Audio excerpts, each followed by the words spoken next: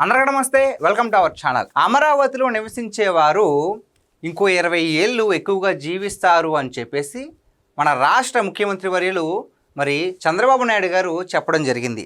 అసలు అంటే అమరావతిలో నివసిస్తే 20 ఏళ్ళు ఎక్కువగా బ్రతకడం ఏంటి, అసలు ఏంటి, దీని వెనక కారణం ఏంటి, ఇవన్నీ కూడా ఈ వీడియోలో తెలుసుకుందాం. సో ఇక్కడ చూస్తే కనుక చంద్రబాబు నాయుడు గారు ఆంధ్రప్రదేశ్ అభివృద్ధి రేటును 15% చేర్చడమే తమ ప్రభుత్వ లక్ష్యమని ముఖ్యమంత్రి చంద్రబాబు నాయుడు స్పష్టం చేశారు.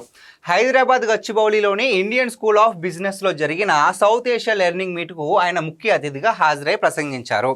సో ఇక్కడ గచ్చిబౌలిలో, హైదరాబాద్లో ఉన్నటువంటి గచ్చిబౌలిలో ఇండియన్ స్కూల్ ఆఫ్ బిజినెస్ మీట్లో ఏదైతే సౌత్ ఏషియా లెర్నింగ్ మీట్ ఉందో ఆ మీట్కి ఆయన ముఖ్య అతిథిగా అయితే హాజరవడం జరిగింది.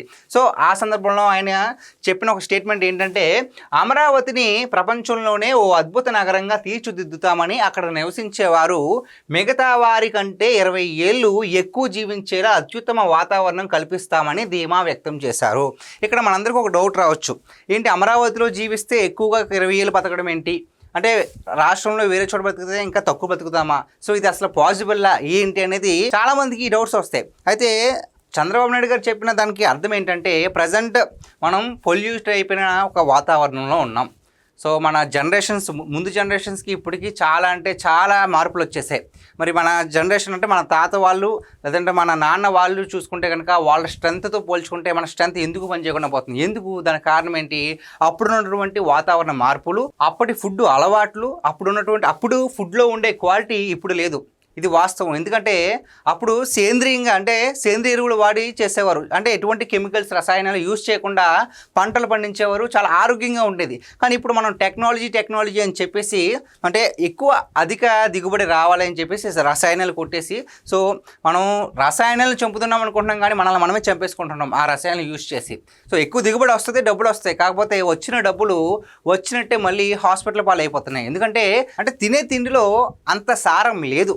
మనం గట్టిగా మాట్లాడుకుంటే మనం తినేది అంత హెల్తీ ఫుడ్ కాదు. కాబట్టి ప్రజెంట్ చిన్న పిల్లలకు కూడా చాలా అంటే చెప్పలేని జబ్బులు వచ్చేస్తున్నాయి. సో ఈ విధమైన అన్నీ కూడా చంద్రబాబు నాయుడు గారు దృష్టిలో పెట్టుకొని, అంటే అమరావతిలో నివసించే వారు 20 ఏళ్ళు ఎక్కువ ఎందుకు బతుకుతున్నారు అంటే బతుకుతారని ఎందుకు స్టేట్మెంట్ ఇచ్చారు అంటే, ఆయన ఏమంటున్నారు ఇక్కడ మనం క్లారిటీ ఒకసారి చూస్తే కనుక, మిగతా వారి కంటే 20 ఏళ్ళు ఎక్కువ జీవించేలా అత్యుత్తమ వాతావరణం కల్పిస్తామని ధీమా వ్యక్తం చేశారు.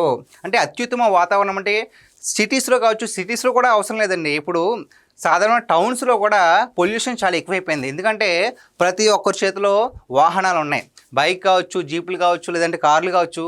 ప్రతి చిన్నదానికి వాహనాలు, మరి ఇంధన వాహనాలు యూజ్ చేస్తూ ఉంటున్నాం. వాటి వల్ల వచ్చే కాలుష్యం కావచ్చు, ఏదైనా సరే మొత్తానికి వాతావరణం బాగా పొల్యూట్ అయిపోయింది. అటువంటివన్నీ కూడా మరి ఎంతలాగా అభివృద్ధి చెందినా సరే దానికి దేనికైనా సరే ప్రత్యామ్నాయ పద్ధతులు ఉంటాయండి, దేనికైనా సరే పరిష్కార మార్గాలు ఉంటాయి. సో దాని పరిష్కార మార్గం ఏంటి, గ్రీనరీ, ఎకోసిస్టమ్, అంటే జీవన సమతుల్యత.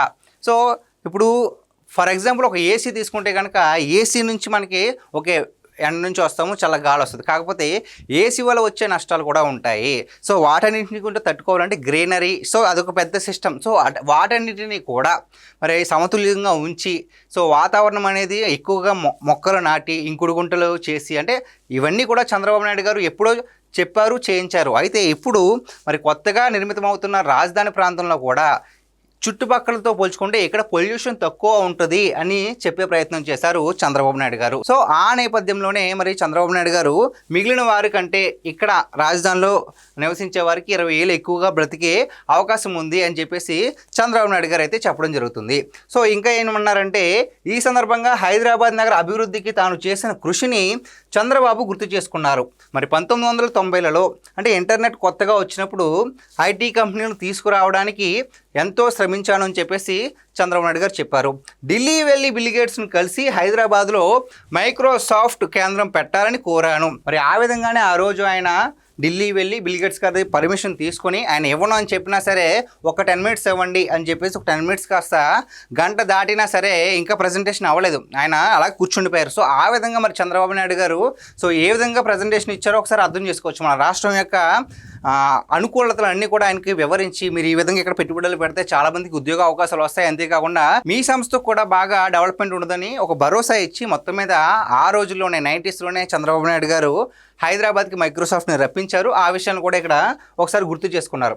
ఆ తర్వాత ఇంకేమన్నారంటే ఆయన నాటి ప్రధాని వాజ్పేయితో చర్చించి టెలికాం సంస్కరణలు తీసుకొచ్చాము, అంతేకాకుండా శంషాబాద్ ఎయిర్పోర్ట్ కోసం 5,000 ఎకరాలు సేకరించాము, IIIT, నల్సార్, జీనోమ్ వ్యాలీ వంటివి నా కృషితోనే సాధ్యమయ్యాయి అని వివరించారు.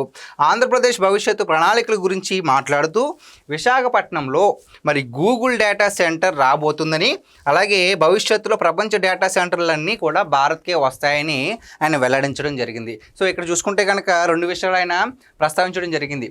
ఒకటేమో గూగుల్ డేటా సెంటర్, దానికి ముందేమో శంషాబాద్ ఎయిర్పోర్ట్. సో అప్పుడు ఆనాడు అంతేకాకుండా మైక్రోసాఫ్ట్ వచ్చినప్పుడు కూడా చాలామంది అన్నారు మనకు అవసరమా, కంప్యూటర్లో వస్తే ఏమవుద్ది, అవన్నీ కూడబెడతాయా అని చెప్పేసి చాలామంది అన్నారు. సో అదే మరి ఆ మైక్రోసాఫ్ట్ వల్ల ఇప్పుడు ఆ హైటెక్ సిటీ అనేది ఎంతలాగా జీవం పోసుకుని మరి ఎంతమందికి జీవనోపాధిగా మారిందో ప్రతి ఒక్కరికి కూడా కళ్ళకు కట్టినట్టు కనిపిస్తుంది. ఆ తర్వాత మరి శంషాబాద్ ఎయిర్పోర్ట్ కోసం 5,000 ఎకరాలు అవసరమా అని చెప్పేసి అప్పుడు కూడా చాలామంది వ్యతిరేకత చూపించారు. ఇప్పుడు ప్రజెంట్ పెరిగిన జనాభాకు, సో పెరిగిన రవాణాకు మొత్తం మీద ప్రజెంట్ శంషాబాద్ ఎయిర్పోర్ట్ అనేది ఓకే, అప్పుడు ఆ రోజు అన్ని వేల ఎకరాలు భూసేకరణ చేశారు కాబట్టి ఇప్పుడు ఎటువంటి ఇబ్బంది లేకుండా ఉంటుందని చెప్పేసి ప్రజలు ఒక అభిప్రాయానికి వచ్చారు. ఒక విజన్తో మొత్తం మీద ముందు తరాల వారి గురించి కూడా ఆలోచించి ప్రజెంట్ అయితే ఆయన చర్యలు తీసుకుంటున్నారు, అదేవిధంగా తీసుకున్నారు కూడా.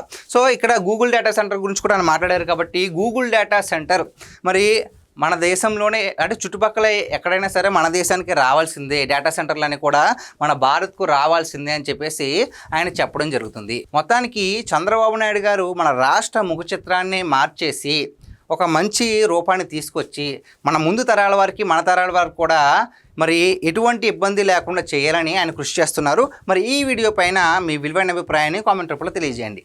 Thank you.